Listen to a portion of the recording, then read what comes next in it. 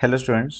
तो आज हम डिस्कस करने वाले हैं sample question paper mathematics standard जिसका कोड है 041 क्लास 10 सेशन 2021-2022 टर्म सेकंड। इसके अंदर हम सारे क्वेश्चन आंसर्स भी डिस्कस करेंगे जो भी हमें सीबीएसई ने सैम्पल क्वेश्चन पेपर में दिए हैं। इसके अलावा जो हमारे रूल्स हैं, मार्किंग स्कीम कैसी है, ये सब कुछ आज हम इसमें डिस्कस करेंगे। तो मेरा नाम है Ramneet and I am from Edvista. तो स्टार्ट करते हैं। सबसे पहले हमारे रूल्स। टाइम हमारा है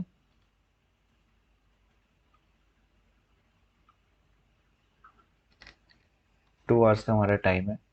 मैक्सिमम मार्क्स हमारे 40 हैं।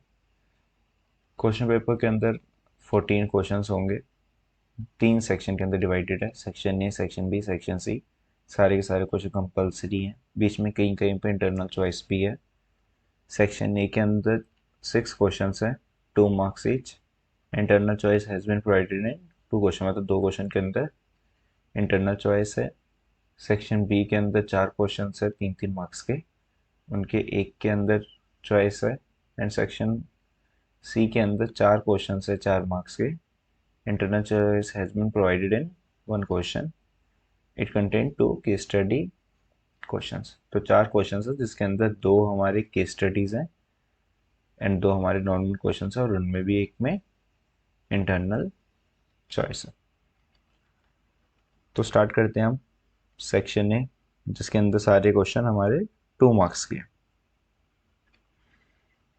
तो जो फर्स्ट क्वेश्चन दे रखा है उसके अंदर ही हमें इंटरनल चॉइस मिल जाती है।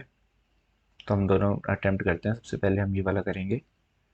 Find the value of A25 minus A15 for an AP दे रखी है हमें 6, 9, 12, 15। तो इस एपी के हिसाब से जो हमारा ए है वो हमारी फर्स्ट टर्म होती है, 6 आ गया। डी हमारा होता है A2 माइनस A1, तो 9 माइनस 6 विच इज 3। तो डी की वैल्यू हमारी 3 आ गई, ए की वैल्यू हमारी 6 आ गई। हमें वैल्यू फाइंड करनी है A25 एंड A15 की। तो अगर A25 फाइंड करना है तो मेरे पास फॉर्मूला होता है A+25 माइनस 1D। जो हमारा जनरल फॉर्मूला है वो है AN इक्वल टू A+N-1D। हमें n की वैल्यू पता थी 25 है, तो हमने सिर्फ उसकी वैल्यू पुट करी, तो ये आ गया A+24D। ऐसे ही A15 की वैल्यू आएगी हमारी A+15-1D विच इज A+14D। तो हमें A25 की भी वैल्यू मिल गई है एंड A15 की भी वैल्यू मिल गई। अब A25 माइनस A15 इनकी वैल्यू पुट कर देते हैं, A+24D माइनस ऑफ A+14D। तो A+24D minus A minus 14D, ए से एक कट कैंसिल हो जाएगा। 24D माइनस 14D, आंसर आ गया 10D। डी की वैल्यू हमें दे रखी थी 3, हमने अभी यहाँ पे फाइंड करी थी, तो 10 मल्टीप्लाई बाई 3 इज 30। तो A25 माइनस A15 की वैल्यू आ गई 30। ये हमारा फर्स्ट पार्ट था। फर्स्ट क्वेश्चन में इंटरनल चॉइस है, तो ये ऊपर वाला क्वेश्चन था। अब हम नीचे वाला सोल्व करते हैं। नीचे वाला क्वेश्चन है कि if 7 times the seventh term of an AP is equal to 5 times the fifth term, then find the value of its 12th term. इन्होंने लिखा कि if 7 times the seventh term of an AP is equal to 5 times the fifth term, then find A12। देखते हैं, तो यही हमें दे रखा है, if 7 times the seventh term of an AP is equal to 5 times the fifth term, then find the value of 12th term। ये हमें find करना है। वही वाला फॉर्मूला, पिछले वाला ही ए एन वाला फॉर्मूला पुट करते हैं। तो A7 की वैल्यू होती है A+60 एंड यहाँ पे A5 होता है A+40।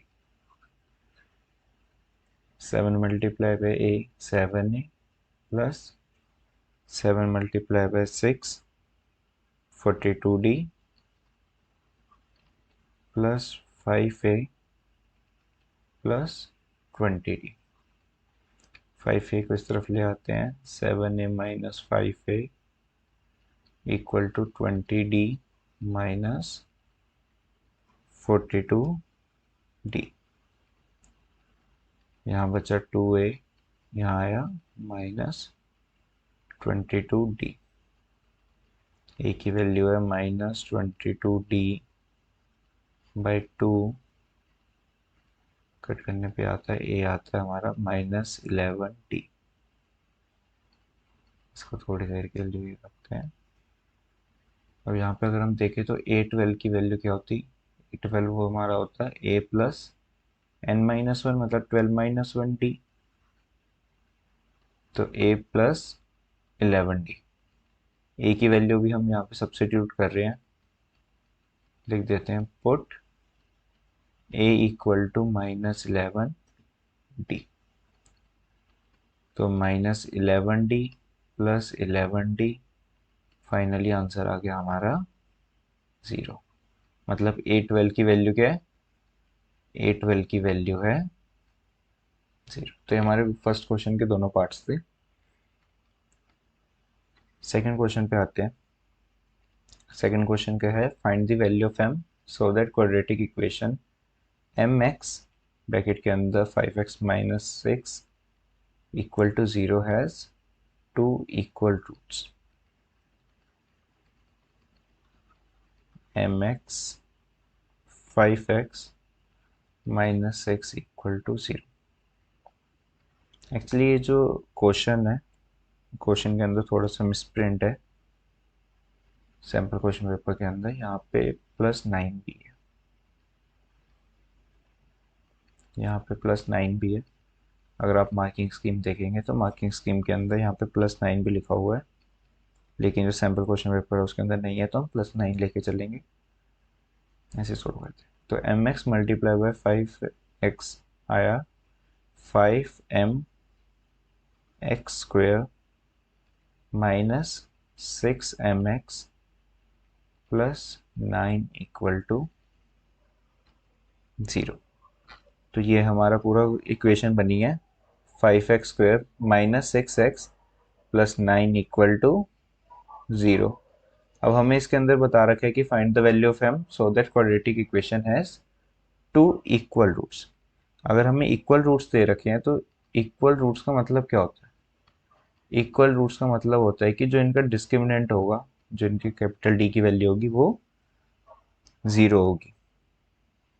इसके अंदर हमारा a है, जो कोफिशिएंट ऑफ x² होगा 5m, b है हमारा -6m एंड हमारे c की वैल्यू है 9। तो हमें a भी पता लग गया, हमें b भी पता लग गया एंड हमें c भी पता लग गया। डिस्क्रिमिनेंट का फॉर्मूला क्या है, b² माइनस 4ac।